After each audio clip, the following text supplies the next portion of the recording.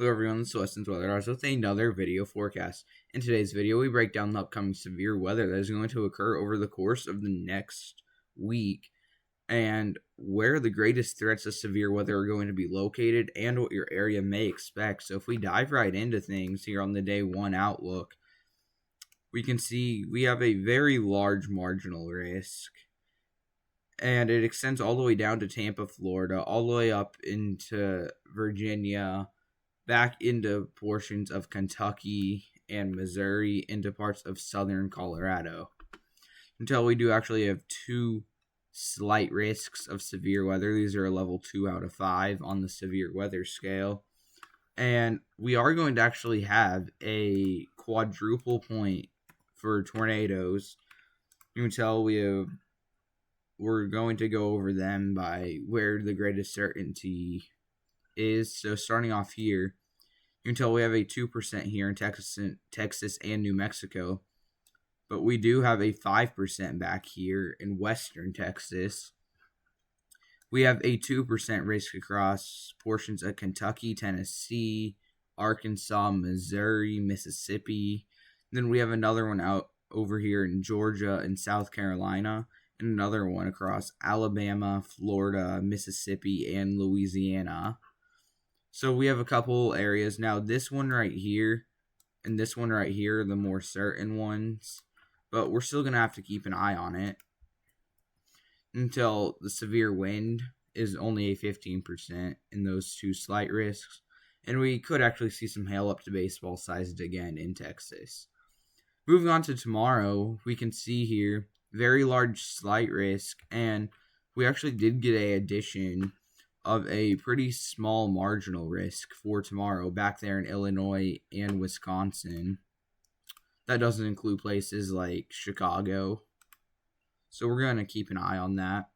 The tornado risk should stay confined over here on the East Coast, but there's a chance we do get a small little 2% up here just because our low pressure system is going to be spinning up there. But then damaging winds and large hail. Looks like we are going to get a break, though, come Saturday with only two marginal risks, but they're pretty small, and they're confined to some pretty rural areas. This one does have some areas that have some bigger population, but damaging winds and large hail, maybe a brief tornado back here in Texas, but nothing too concerning.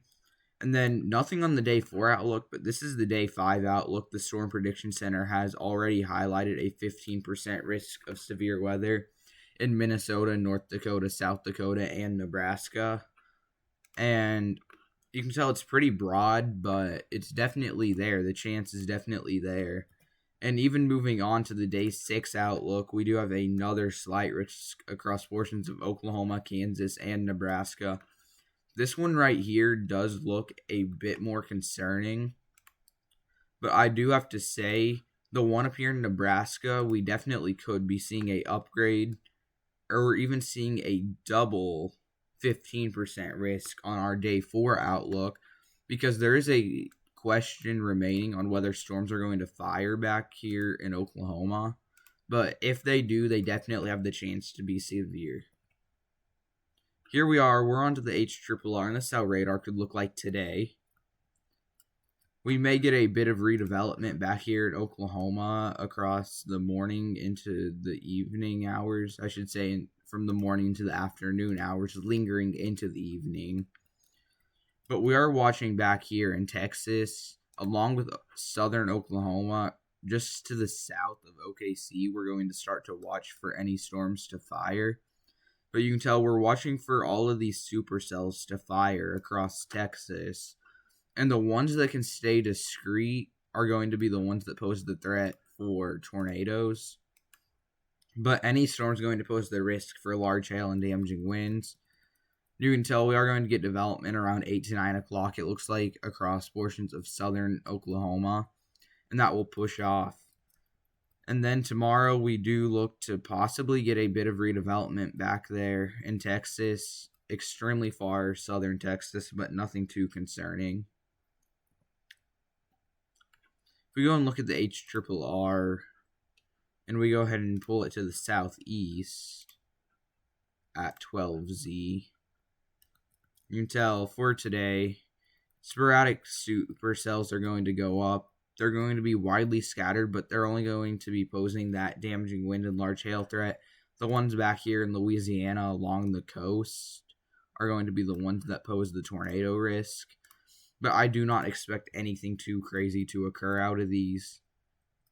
And then tomorrow we do look at that redevelopment back there in Florida. But like I said, is widely scattered. And we do get that line tomorrow pushing through the Florida Panhandle into portions of northern Florida.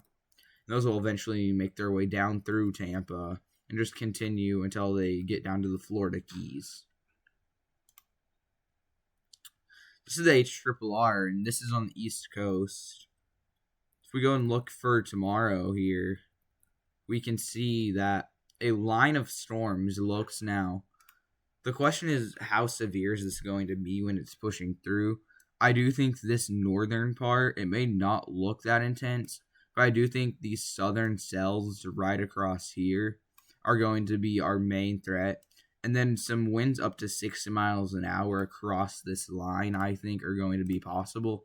But I do not anticipate anything too crazy tomorrow.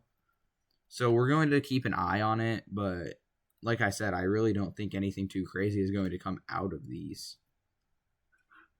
We're going to look at the HRRR again.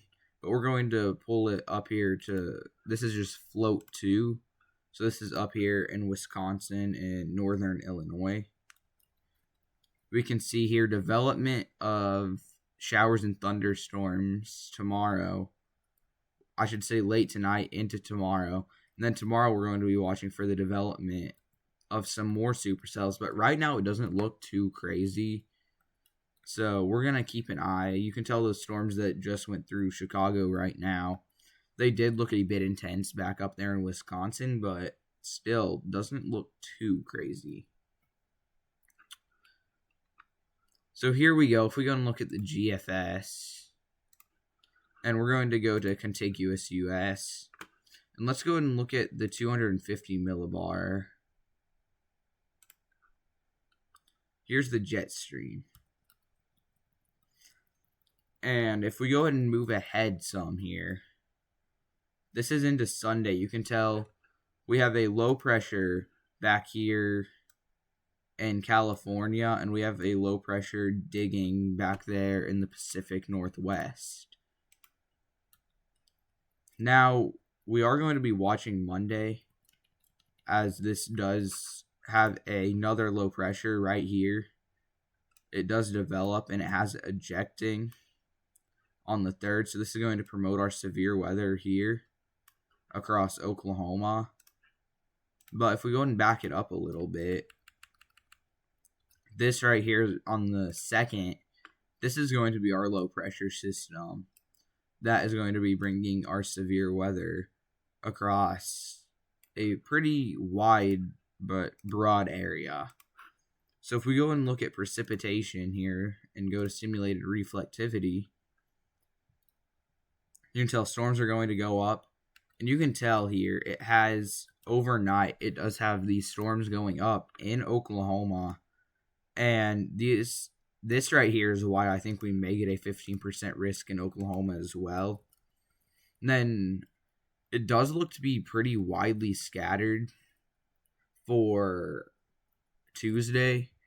But we're going to have to keep an eye on it. And we can see here on the Euro, this should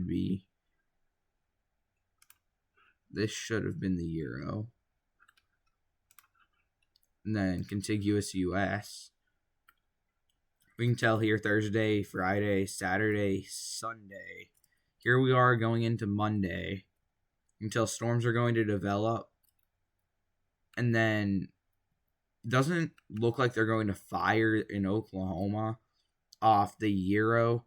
But you can tell some pretty intense supercells on Tuesday across Oklahoma and Texas. So we're going to keep a very close eye on that for you. Also, We do have a tropical depression 1 back here, just off the coast of Mexico, and this will likely take the name of Alvin once it becomes a storm. It will take the name of Alvin once it becomes a storm. The only question is if it will become a storm. We are not 100% on that, but once it reaches tropical storm threshold, it will take the name Alvin, and it will track up through Mexico, and this does not threaten any of the United States, as it'll likely get around northern Mexico and then it will die off. Hope you guys all did enjoy today's video. Make sure to drop a like and subscribe if you are new here, as we are only 49 subscribers away from 400. I cannot thank you guys enough for this, but I will see you in the next one. Bye.